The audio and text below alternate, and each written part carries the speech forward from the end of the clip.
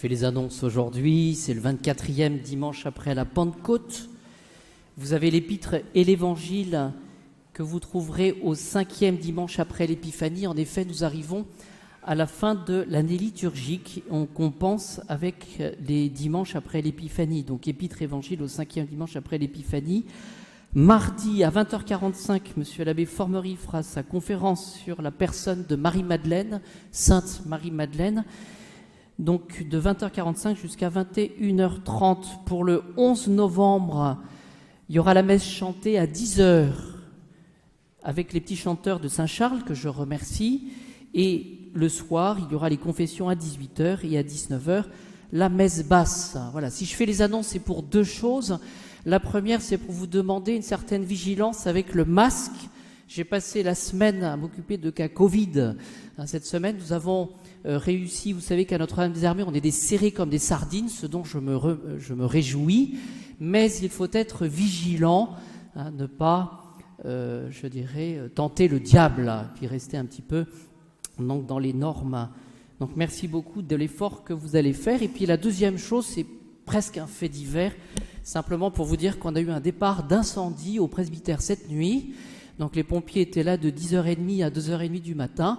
Donc on a vu un petit peu les dégâts qui sont circonscrits, mais c'est une petite intention de prière parce que ça désorganise pas mal les choses. On a essayé de veiller à ce qu'ils ne mettent pas trop d'eau dans le presbytère, et donc c'est une chose déjà positive. Le plafond, enfin le sol n'est pas descendu d'un étage, donc c'est déjà ça. Voilà. Et puis j'espère que le Père va pouvoir finir son sermon.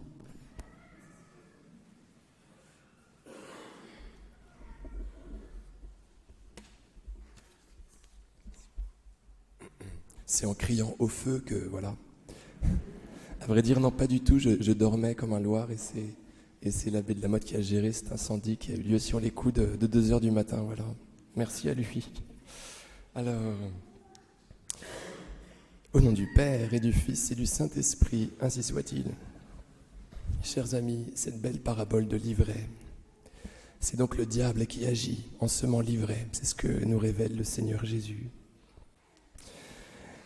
En latin, nous lisons cela. Super seminavit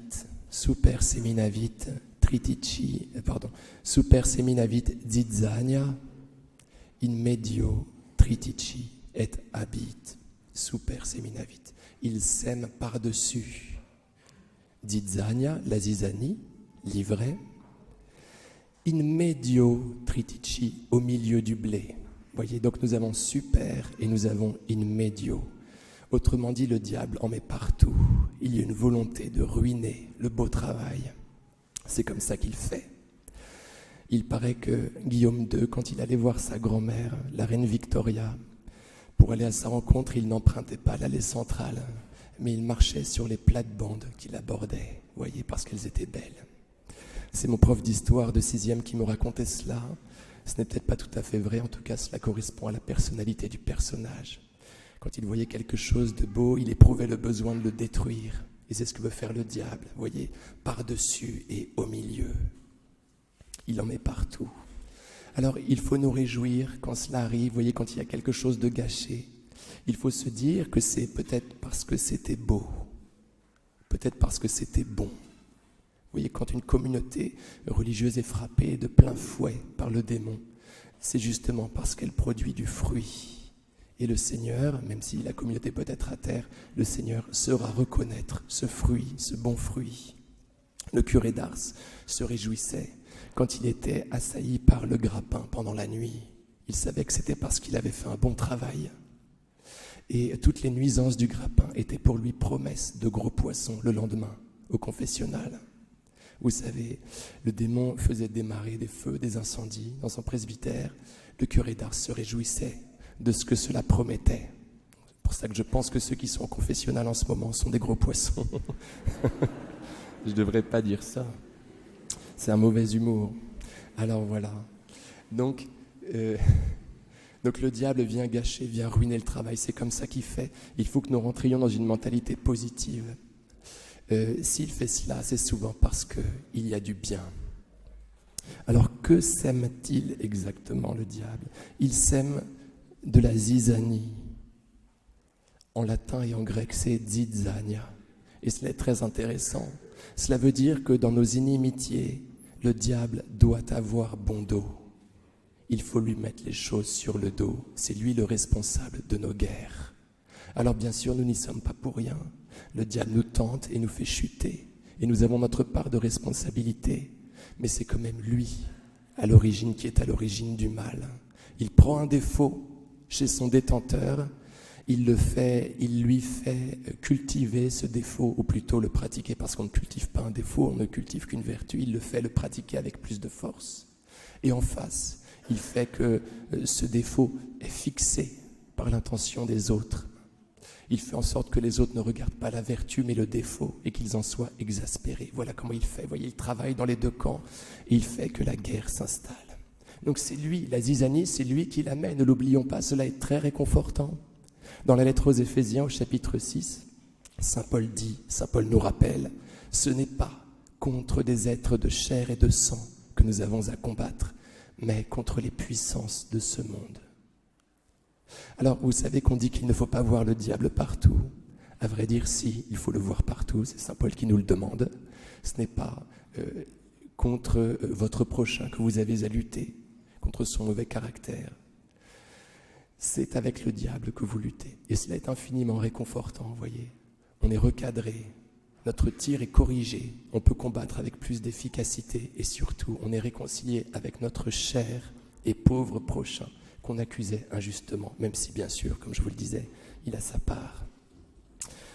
Alors voilà que la zizanie est semée et que le lendemain matin, on se rend compte de ce qui se passe. Vous noterez la générosité des anges qui se proposent d'enlever toute livrée, de faire ce travail extrêmement fastidieux du retrait de livrée.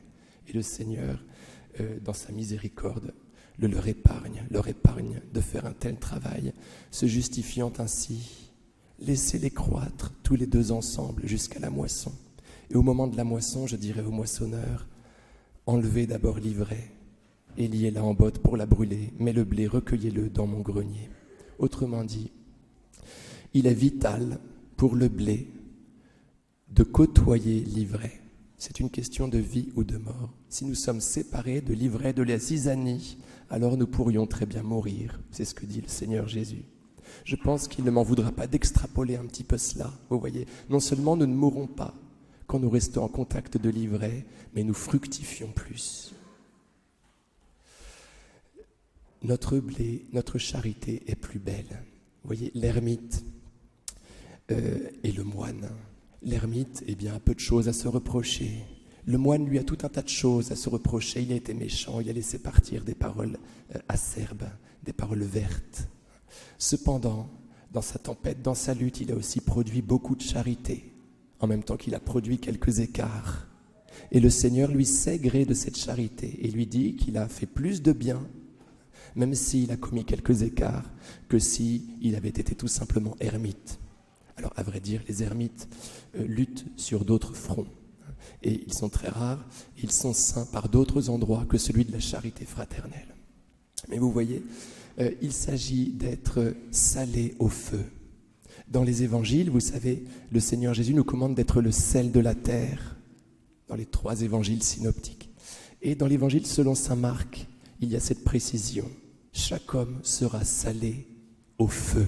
Chaque homme sera salé au feu.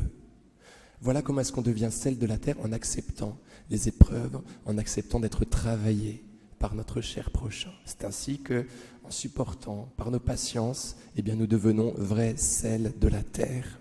Un jour, saint François Xavier était au Japon en train de prêcher avec un de ses frères jésuites qui s'appelait Fernandez.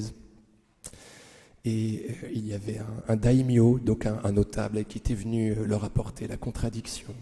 Et en attendant de pouvoir avoir la parole, il les écoutait prêcher. Et voilà qu'un passant est passé devant Fernandez et lui a craché dessus. Et Fernandez a pris un mouchoir et sans faire de cas de l'offense, vous voyez, s'est essuyé avec bonhomie et sourire a continué son discours. Et le daimyo qui était là, qui était venu donc leur apporter la contradiction, s'est converti à ce moment-là. Vous voyez, il y avait eu une offense, Donc un salement au feu, on pourrait dire, de Fernandez, qui était devenu du coup bon sel sanctifiant, convertissant pour cet homme qui était venu le contrer, le contredire.